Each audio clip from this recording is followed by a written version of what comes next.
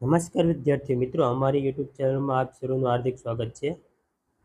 અને આજે આપણે ભારતના બંધારણમાંથી આપણે જે સિરીઝ શરૂ કરેલી છે તેમાંથી આપણે બંધારણના સ્ત્રોતોમાંથી અગાઉની એક્ઝામમાં જેટલા બી પ્રશ્નો પૂછાયેલા છે યુપીએસસીથી લઈને ઠેઠ ક્લાસ 4 સુધીમાં તે તમામ પ્રશ્નોની આજે આપણે ચર્ચા કરવાના છીએ. તો વિદ્યાર્થી મિત્રો, જો તમે અમારી ચેનલને સબસ્ક્રાઈબ ના કરી તો સબસ્ક્રાઈબ કરી નાખજો. ચાલો વિદ્યાર્થી મિત્રો, આપણે શરૂઆત કરીએ. અહીં પહેલો પ્રશ્ન છે, ભારતના બંધારણનો ઢાંચો ગવર્મેન્ટ ઓફ ઇન્ડિયા એક્ટ 1935ના આધારે તૈયાર કરવામાં આવેલ છે, તેમજ કેટલીક મહત્વની જોગવાઈઓ દુનિયાના કેટલાક દેશોના બંધારણમાંથી લેવામાં આવેલ છે. એમાંથી નીચેનામાંથી કયા દેશનો સમાવેશ થતો નથી? એ બ્રિટનનું બંધારણ, બી આયર્લેન્ડનું બંધારણ, સી યુએસએનું બંધારણ અને ડી સાઉદી અરેબિયાનું બંધારણ. તો અહીં જવાબ આવશે સાઉદી અરેબિયાનું બંધારણમાંથી ભારતના બંધારણમાં કંઈ પણ લેવામાં આવેલું નથી. ત્યાર પછીનો પ્રશ્ન છે, ભારતના બંધારણની પ્રસ્તાવના કયા દેશમાંથી બંધારણમાંથી લેવામાં આવેલ છે? A America, B Japan, C Australia અને ડી બ્રિટન. તો અહીં જવાબ આવશે અમેરિકા. ત્યાર પછીનો પ્રશ્ન છે, ભારતીય સંસદીય શાસન પદ્ધતિ કયા દેશમાંથી લેવામાં આવી છે? A America, B Australia, C England અને ડી જર્મની. તો અહીં વિદ્યાર્થી મિત્રો જવાબ આવશે ઇંગ્લેન્ડ. ત્યાર પછીનો પ્રશ્ન છે, ભારતના બંધારણમાં ગણતંત્રનો સિદ્ધાંત કયા દેશમાંથી લેવામાં આવેલ છે? એ ઓસ્ટ્રેલિયા, બી ફ્રાન્સ, સી દક્ષિણ આફ્રિકા અને ડી બ્રિટન. તો અહીં વિદ્યાર્થી મિત્રો જવાબ આવશે ફ્રાન્સમાંથી ગણતંત્રનો ખ્યાલ લેવામાં આવેલો છે. ત્યાર પછીનો પ્રશ્ન છે, નીચેનામાંથી કઈ લાક્ષણિકતા ભારત અને અમેરિકાના બંધારણમાં સમાન રીતે જોવા મળે છે? એ સ્વતંત્ર ન્યાયપાલિકા, બી નાગરિકતા, સીમાં છે સ્વતંત્ર કેન્દ્ર અને રાજ્ય અને ડીમાં છે રાજ્યપાલની નિમણૂક. તો અહીં વિદ્યાર્થી મિત્રો જવાબ આવશે સ્વતંત્ર ન્યાયપાલિકા, જે અમેરિકા અને ભારતના બંનેના બંધારણમાં સમાન રીતે આપણને જોવા મળે છે. ત્યાર પછીનો પ્રશ્ન છે, ભારતમાં માલ અને સેવા વેરાઓ ઉપભોગ આધારિત ગંતવ્ય સ્થાન બેવડી કર પદ્ધતિ છે, જેમાં કેન્દ્ર અને રાજ્યનો અથવા કેન્દ્ર શાસિત પ્રદેશો કરની વહેંચણી કરે છે. આ બેવડી પદ્ધતિ ખાલી જગ્યા પાસેથી અપનાવવામાં આવી છે. એટલે કે બેવડી કર પદ્ધતિ કયા દેશ પાસેથી લેવામાં આવી છે? ત્યારબાદ આપણે વિકલ્પ જોઈએ તો A Germany, B Canada, C Russia અને ડી ઓસ્ટ્રેલિયા. તો અહીં વિદ્યાર્થી મિત્રો જવાબ આવશે કેનેડા પાસેથી લેવામાં આવી છે. ત્યારબાદ ભારતના બંધારણમાં સુધારાની જોગવાઈ કયા દેશમાંથી લેવામાં આવી છે? એ દક્ષિણ Africa, B France, C Russia અને ડી અમેરિકા.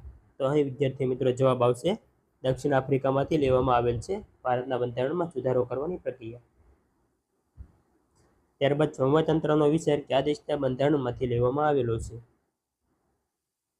એ Ireland, B Canada, C Russia અને ડી ઇંગ્લેન્ડ.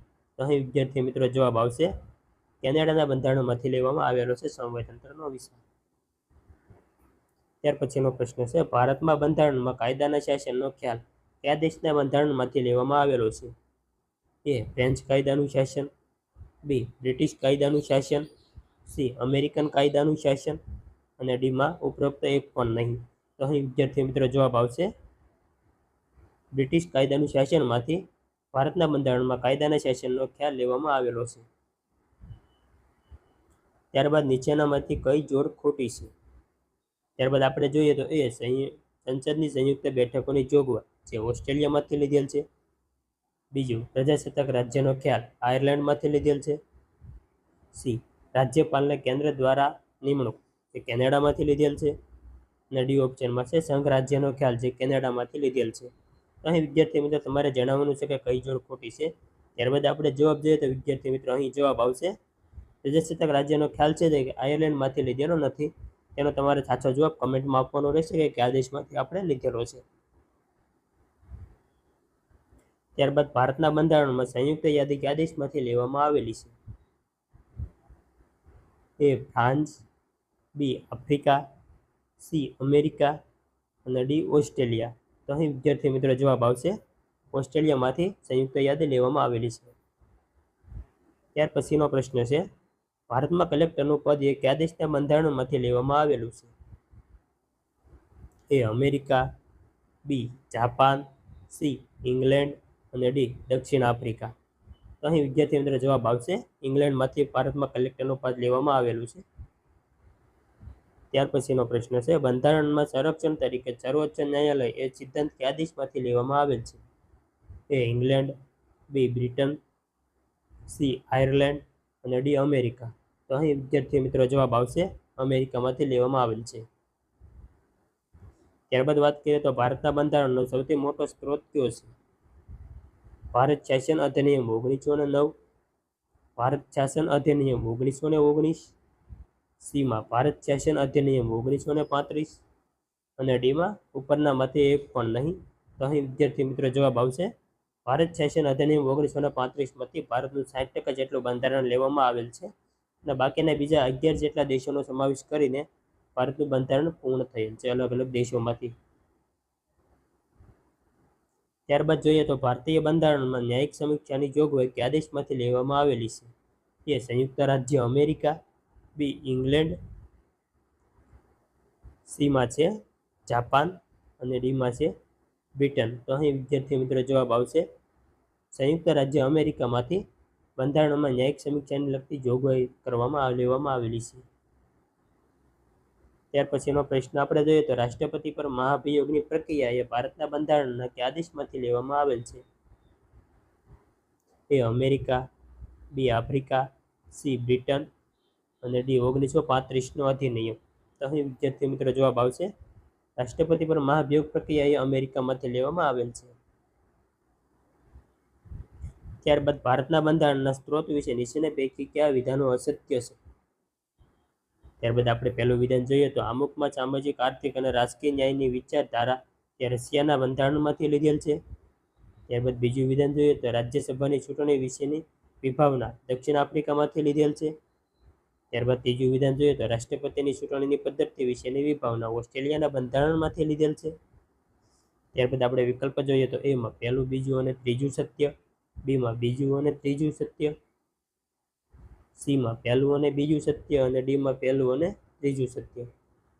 તો અહીં વિદ્યાર્થી મિત્રો જવાબ આવશે પહેલું અને બીજું વિધાન જે છે. તો અહીં વિદ્યાર્થી મિત્રો પહેલું અને બીજું વિધાન છે બંને સત્ય છે અને ત્રીજું વિધાન જો આપણે જોઈએ તો રાષ્ટ્રપતિની ચૂંટણી પદ્ધતિ છે તે ઓસ્ટ્રેલિયામાંથી નહીં પરંતુ આયર્લેન્ડમાંથી લેવામાં આવેલી છે. ત્યારબાદ આગળ જોઈએ તો દેશ અને તેમાંથી લીધેલ બંધારણના સ્ત્રોતને કેવું જોડકું ખોટું છે? પહેલું છે આયર્લેન્ડ કટોકટી દરમિયાન મૂળભૂત અધિકારો સસ્પેન્ડ કરવા બાબત. બીજું છે જાપાન કાયદા દ્વારા પ્રક્રિયાનું સ્થાપન. ત્યારબાદ ત્રીજું છે જર્મની રાજનીતિના માર્ગદર્શક સિદ્ધાંતો. ત્યારબાદ આપણે વિકલ્પ જોઈએ તો એમાં છે પહેલું અને બીજું ખોટું, બીજામાં છે પહેલું અને ત્રીજું ખોટું, સીમાં છે બીજું અને ત્રીજું ખોટું અને ડીમાં છે આપેલ તમામ ખોટા. તો અહીં વિદ્યાર્થી મિત્રો આપણે જવાબ જોઈએ તો પહેલું અને ત્રીજું વિધાન બંને વિધાનો ખોટા છે કેમ કે આયર્લેન્ડમાંથી રાજનીતિના માર્ગદર્શક સિદ્ધાંતો આપણે લીધેલા છે અને ત્યારબાદ જર્મનીમાંથી આપણે કટોકટી મૂળભૂત અધિકારો સસ્પેન્ડ કરવા બાબત લીધેલી છે. ત્યારબાદનો પ્રશ્ન જોઈએ તો બંધારણની વિશેષતાઓ અને તેમજ રાષ્ટ્રથી પ્રેરિત છે તે રાષ્ટ્રોના નામો નીચે જણાવેલ છે વિશ્લેષણ કરો. અહીં પહેલું વિધાન છે સંસદીય સરકાર, કાયદાનું શાસન, બ્રિટિશ કેબિનેટ સિસ્ટમ, વિશેષાધિકાર રીટ, સંસદીય વિશેષાધિકારો વગેરે બ્રિટનથી પ્રેરિત છે. ત્યારબાદ બીજું વિધાન આપણે જોઈએ રાષ્ટ્રપતિ ઉપરનો મહાઆરોપ. ત્યારબાદ રાષ્ટ્રપતિ અને ઉપરાષ્ટ્રપતિના કાર્યો, સુપ્રીમ કોર્ટ અને હાઈકોર્ટના ન્યાયાધીશોને દૂર કરવાની પ્રક્રિયા, મૂળભૂત હકો, ન્યાયતંત્રની સ્વતંત્રતા, ભારતના સંવિધાનનું આમુખ વગેરે અમેરિકાથી પ્રભાવિત છે. અહીં વિદ્યાર્થી મિત્રો આપણે વિકલ્પ જોઈએ તો એમાં પહેલું અને બીજું બંને અસત્ય છે. ત્યારબાદ બીમાં બંને સત્ય છે, સીમાં માત્ર એક સત્ય છે અને ડીમાં માત્ર બે સત્ય છે. તો અહીં વિદ્યાર્થી મિત્રો જો આપણે જોઈએ તો અહીં બંને વિધાનો સત્ય છે. ત્યાર પછીનો પ્રશ્ન જોઈએ તો નીચેનામાંથી કેટલા જોડકા યોગ્ય નથી? એ બ્રિટિશ બંધારણ કાયદાનું શાસન. ત્યારબાદ બીજું છે આયરિશ બંધારણ રાષ્ટ્રપતિનું મહાભિયોગ. ત્યારબાદ ત્રીજું છે યુએસએ બંધારણ મૂળભૂત અધિકારો અને ચોથું છે ફ્રાન્સનું બંધારણ કટોકટીની જોગવાઈઓ.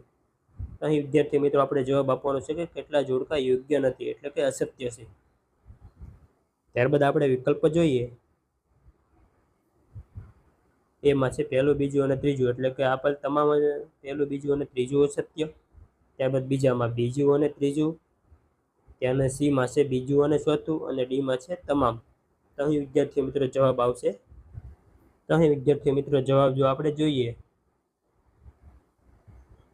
બીજું અને ચોથું વિધાન જે છે જે અસત્ય છે, બાકીના પહેલું અને ત્રીજું વિધાન સત્ય છે. અને બીજા વિધાનમાં જો આપણે જોઈએ તો આયરિશ બંધારણ મતે રાષ્ટ્રપતિ પર મહાભિયોગ, રાષ્ટ્રપતિ પર મહાભિયોગ જે છે તે અમેરિકામાંથી આપણે લીધેલો છે. ત્યારબાદ કટોકટીની જો જોગવાઈ જોઈએ તો કટોકટી જે છે તે આપણે જર્મનીમાંથી લીધેલ છે. તો નમસ્કાર વિદ્યાર્થી મિત્રો, જો તમને અમારા વિડીયો ગમતા હોય અને સરસ લાગતા હોય તો લાઇક, શેર અને સબસ્ક્રાઈબ કરવા નમ્ર વિનંતી. જય હિન્દ વિદ્યાર્થી મિત્રો, જય ભારત.